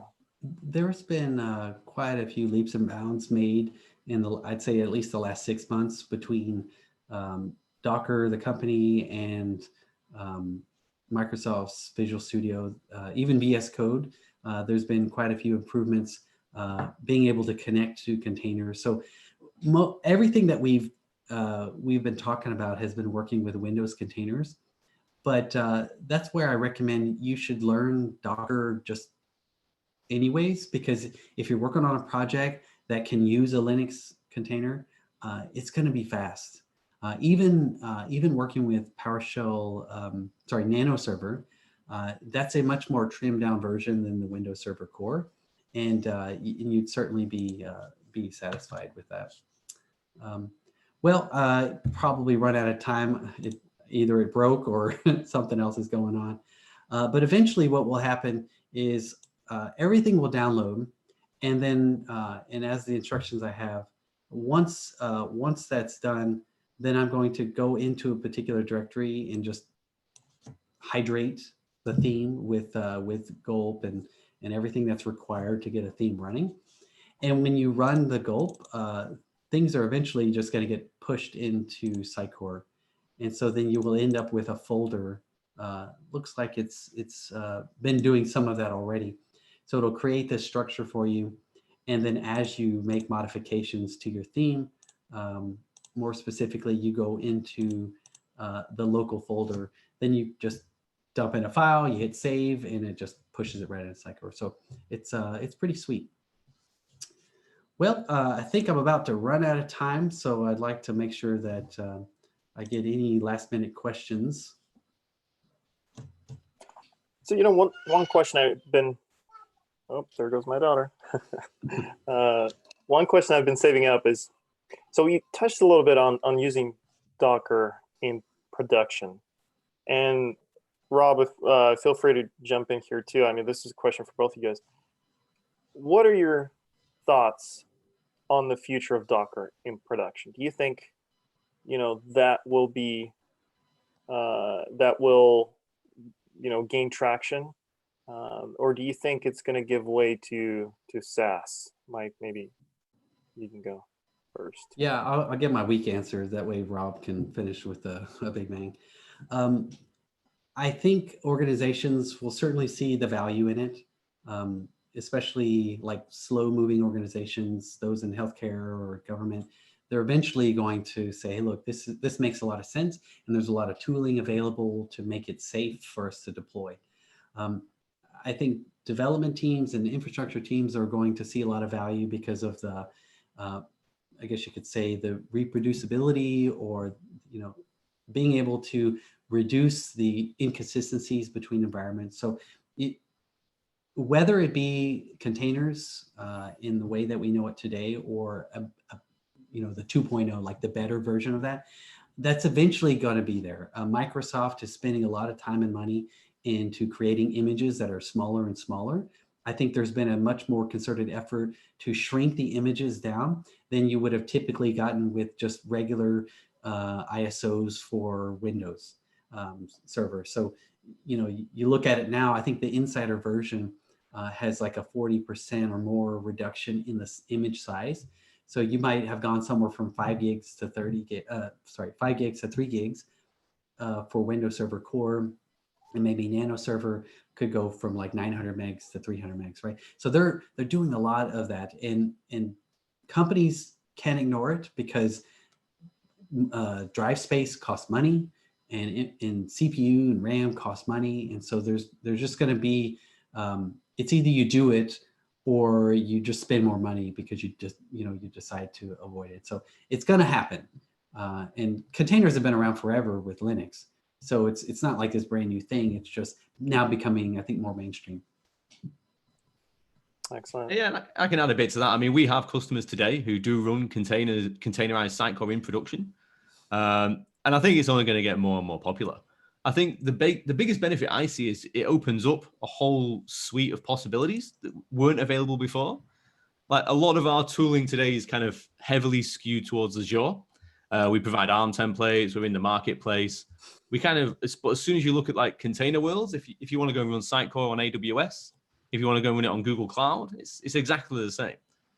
It also opens us up to a lot of, as you've been said, containers have been around for a while. There's a whole heap of functionality and tooling that exists in the Linux containers, in the Linux world, which then becomes available for Sitecore. If you're looking at logging, things like the Elastic Stack, where you're viewing all your logs in like Kibana and things like that, with the experimental features, you can run Windows and Linux containers side by side now. So it opens up all that suite of like diagnostics tooling, which is really rich and hasn't really been available for Sitecore too much to date. So I think it's going to be a tipping point where I reckon you're going to see more and more people wanting to run Sitecore in containers in production, purely for that reason alone, I think. That makes sense. I remember one of the things I was really excited about is being able to take a snapshot of the production environment and just spin it up locally, in a matter of minutes. Here's one other question. So on the topic of SaaS and containers, so Sitecore is moving towards the SaaS model, right? So that was announced at the last year's symposium. Do you have insight into that in the sense of, will the new SaaS implementation of Sitecore be compatible with Docker containers? And the reason I'm asking that is it would be really, really cool if we could run, let's say, Sitecore as a SaaS implementation, take a snapshot of that and get it on your local for debugging and troubleshooting. Well, one of the whole points on SaaS is this, a black box. Basically, it's a service, you're abstracted away from the technology underneath it. If in the future we wanted to swap out Azure Search for Elastic, then the idea is that you'd be none the wiser. It's still just a search API that you'd be interacting with. Yeah. As far as I'm aware, I don't think there's any plans for a disconnected mode is kind of what you're talking about currently. Whether that comes with a future release, it may do, and containers would make that a lot easier for sure.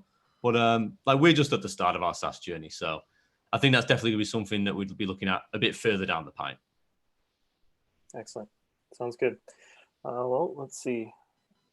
We do have a question from the group. What is the biggest competition or a substitute for Docker? I guess there's a bit of a learning curve, as we've discussed. A lot of people have been working with Sitecore for many, many years, installing on your local host. And working with containers, there's definitely a different mindset to get into. As we've shown, Michael showed today, how you access the file system, how you debug your applications once they're running. So I think there's definitely a bit of work for people to do to get upskilled in it. I'm not sure if I heard you, Vasily, but if there's a question about what alternatives would exist for Docker, one might think, well, we were already using VMs, and how's that going? There's I think it was a Sitecore Developer Virtual Day where a former Sitecore employee talked about being on the training team and all the struggles he had with first imaging a laptop, 15 of them, and then trying to put VMs that were on thumb drives on all of them. And so I think Docker offers something that is difficult to get with VMs. And I don't really see a lot of other technologies available that really compete with that. Now, if you're talking about, running locally, well, Docker for Windows is most likely what you're using. But if you're trying to deploy into a production environment, there are other vendors making this available. I mentioned before with Kubernetes, and you got Docker Swarm. And so I think as the market increases and as the adoption increases, you're going to see a flood of other vendors offering something to help you run containers. And Docker recently announced that they're, open sourcing their Compose file. I think that's what it was. And so you're going to see more of this proprietary technology becoming openly available. And that's where I think more businesses are going to create competitive products. That makes sense. Something we also touched about, like you did. So, and Rob, you also mentioned that too. So there's an opportunity to run Docker on different hosting providers, right? And what that opens the gate to is potentially being able to decide automatically which hosting provider is the cheapest or the most effective or efficient or the better fit on the fly for running a Sitecore environment. It's almost like having it fluid enough to where it can shift from, let's say, Azure to AWS or to Google and sort of travel around that. Have you, and this is a question for both of you guys again, have you been in any of those conversations? And do you think that will be coming to us and become real? I think it opens a lot of doors for us. I think you could have companies who are heavily already invested in AWS or Google Cloud. They already have non-Sitecore infrastructure elements in there. At that point, we come along, and if we're inside a container, we play very nicely with them. We can come along, we can integrate with their existing infrastructure. and their existing enterprise agreements. And it makes it a lot easier. It'll be the same deployment process they'll be using anyway. They'll already have elements they're deploying out to those cloud infrastructures. It means they're less reliant on Sitecore then to provide guidance like the ARM templates, which we have for Azure. You're just going back to using industry standard tooling. I would just piggyback on that. I would get a sense that hosting containers would be like shopping for insurance. There's all sorts of providers, and really you just have a checklist of, okay, do you meet these minimum requirements? Do you have comprehensive coverage, and you just go down the list. And I think shopping for like data centers today, you'd say, well, I want a lower cost. I don't want to be in Azure, but I want to be somewhere else. I think hosting containers is going to be kind of like that. You're going to be less interested in, what platforms they're using, and more about, well, what's the cost? And instead of pushing my images here, I'm going to push it somewhere else. So I think it's just going to be that commonplace. So as an example, if you're wanting complete control over VMs today, there's probably a day where you don't care so much about that. And you have a team of people who are building exactly what you need. And all you care about is the performance, scalability, uptime, and the cost. And so now it's just like shopping for a car. You just look for the best deal. That makes sense. All right. Well, we don't have any other questions, and we're a little bit over time. So thank you everyone for sticking around with us. Mike, Rob, thank you so much. This was very informative. You're few of the most knowledgeable Sitecore people out there. It's a pleasure to have you. It's an honor to have you on Los Angeles User Group. I hope you join us again soon. And thanks everyone who joined us today. This will be posted as a recording on YouTube. And if you think of any questions, feel free to comment on that video. And we'll also share the presentations from these sessions with you as well. Look out for links in the Meetup group and under the YouTube video. Thanks everyone again for joining, and have a great rest of your day. All right. Thank you. Thanks everyone. Cheers.